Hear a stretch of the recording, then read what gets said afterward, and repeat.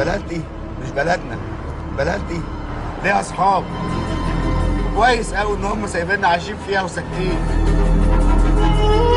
نخرس بقى بدل ما يرحلونا.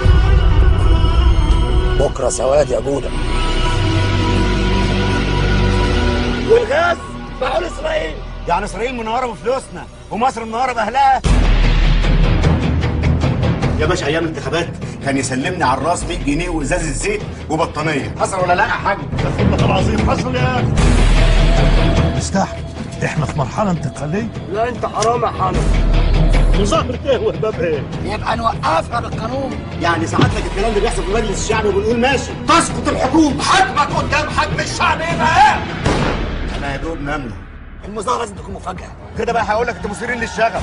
البلد كلها بتتباع، الناس بتتباع، القرى بيتباع. هقول له على اللي بيحصل فينا كله. لازم اقول له فداك يا مصر. دي احسن ده غضب من ربنا.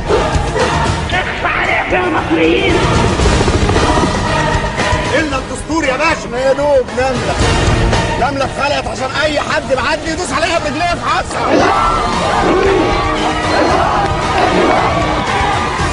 أنا كمان نملة اتسقطت واتنست برجلين.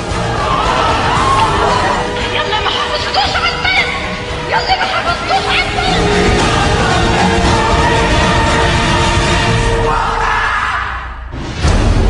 انا النمله كده المصري. انت عارف عدد الشعب ده قد ايه؟ حد يقدر يعدي شعر يا باشا؟ حد يعرف يعدي شعر راسه؟